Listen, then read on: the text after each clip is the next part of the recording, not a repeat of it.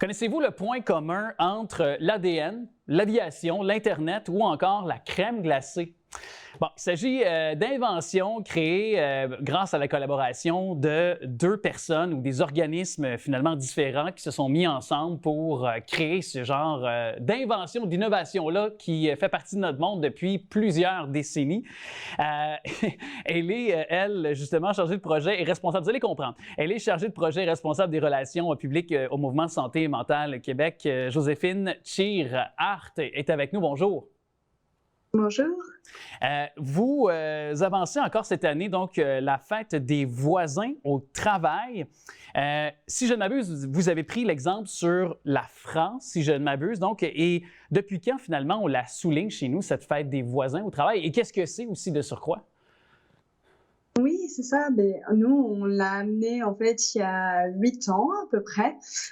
Ça vient effectivement d'une initiative en France. La fête des voisins est quelque chose qu'on fait régulièrement avec nos voisins d'immeubles. Et là, on l'étend finalement dans le milieu du travail. Donc, elle a été importée il y a 8 ans au Québec par le Mouvement Santé mentale Québec avec une initiative de Ville et Village en santé. Et donc, là, de ce que je comprends, c'est que ça peut se faire pour ce qui est de la fête des voisins au travail à tout moment, là. À tout moment, nous, on la souligne particulièrement au mois de novembre parce qu'en novembre, on sait que c'est le temps de la grisaille, les dépressions saisonnières sont là, donc c'est le bon moment finalement pour se rassembler et créer des liens. Qu'est-ce que vous proposez comme peut-être idée avancée? Est-ce que vous avez peut-être déjà des groupes de travail qui vous ont aussi suggéré des activités?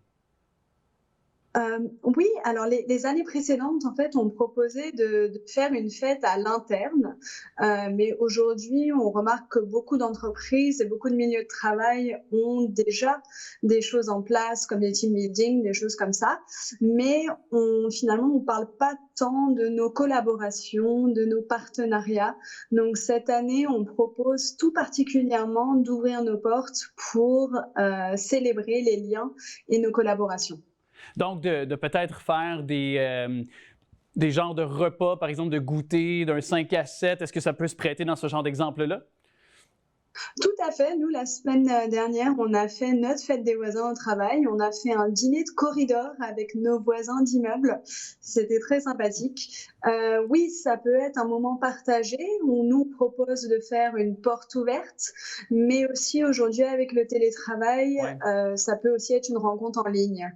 C'est ça. Et donc, de faire un Zoom peut-être comme on a fait, mais j'imagine que c'est de saluer aussi, justement, compte tenu qu'on a été un peu tous confinés, même pendant les mois qui ont suivi, on ne voyait plus nécessairement les collègues au travail. Donc, peut-être de cette façon-là, de renouer avec le plaisir de partager un lieu commun, puis d'avoir une genre de franche camaraderie ou de collégialité qui pourrait naître aussi résultat de ces rencontres-là. Tout à fait, tout à fait. On remarque en fait que nos collaborations sont assez précieuses, hein, nos partenariats, mais dans notre travail du quotidien, mais c'est vrai qu'on ne prend pas le temps de s'arrêter pour se connaître, alors que finalement, prendre soin de ces liens-là, c'est un facteur de protection en santé mentale. Oui. Outre peut-être, on a un peu effleuré mais les bienfaits, est-ce que c'est prouvé que de tenir pareille journée peut renforcer l'esprit d'équipe? Est-ce que c'est même peut-être au niveau de la productivité déjà quelque chose qui est efficient, qu'on a remarqué depuis la tenue de ces fêtes des voisins au travail depuis quelques éditions? Oui, bien sûr. Alors, il y a une étude qui a montré, qui n'a pas été faite par nous, mais une étude qui date de 2019 qui montre que la croissance des entreprises est doublée lorsqu'on fait appel à nos partenariats. Mais néanmoins, 45% des entreprises interrogées démontrent que c'est difficile de garder ces partenariats actifs. Donc l'idée, c'est ça, c'est finalement de souligner, de célébrer, de collaborer et de faire la fête, de prendre un moment aussi de pause dans notre quotidien, que finalement c'est quelque chose qu'on fait peu. Ouais. Et si je ne m'abuse, pour participer au mouvement que vous préconisez, que vous nous démontrez depuis les dernières minutes, je pense que vous avez même des visuels, là. Je pense qu'il y a même du visuel pour peut-être démontrer un peu plus la continuité de la fête des voisins au travail, là? Oui, alors chaque année, on s'amuse avec nos petits visuels, mais cette année, on a des activités brise-glace, des conseils pour une fête un petit peu écolo et santé, et puis c'est tout, je crois, et puis des affiches, et puis enfin voilà, tout est en tout cas disponible et utilisable sur fêtedesvoisinsautravail.ca. Et est-ce que aussi, si on prend le temps, parce que évidemment, peut-être que ceux qui nous écoutent, nous regardent actuellement, sont peut-être des nouveaux initiés sur l'organisme qui est Mouvement Santé Mentale Québec. Moi, je dois vous avouer, je connaissais moins le mouvement. Peut-être nous parler, en terminant, de votre organisme, de la mission et évidemment de d'autres activités dont vous faites peut-être la promotion à travers le reste de l'année. Bien sûr, avec plaisir. Donc, le Mouvement Santé Mentale Québec, on est un regroupement d'organismes communautaires. On est 14 à travers le Québec. Nous, notre mission, si vous voulez, c'est de promouvoir la santé mentale comme quelque chose de bon, comme quelque chose qu'il faut prendre soin et qu'il faut cultiver. Et finalement, 100% des gens ont une santé mentale.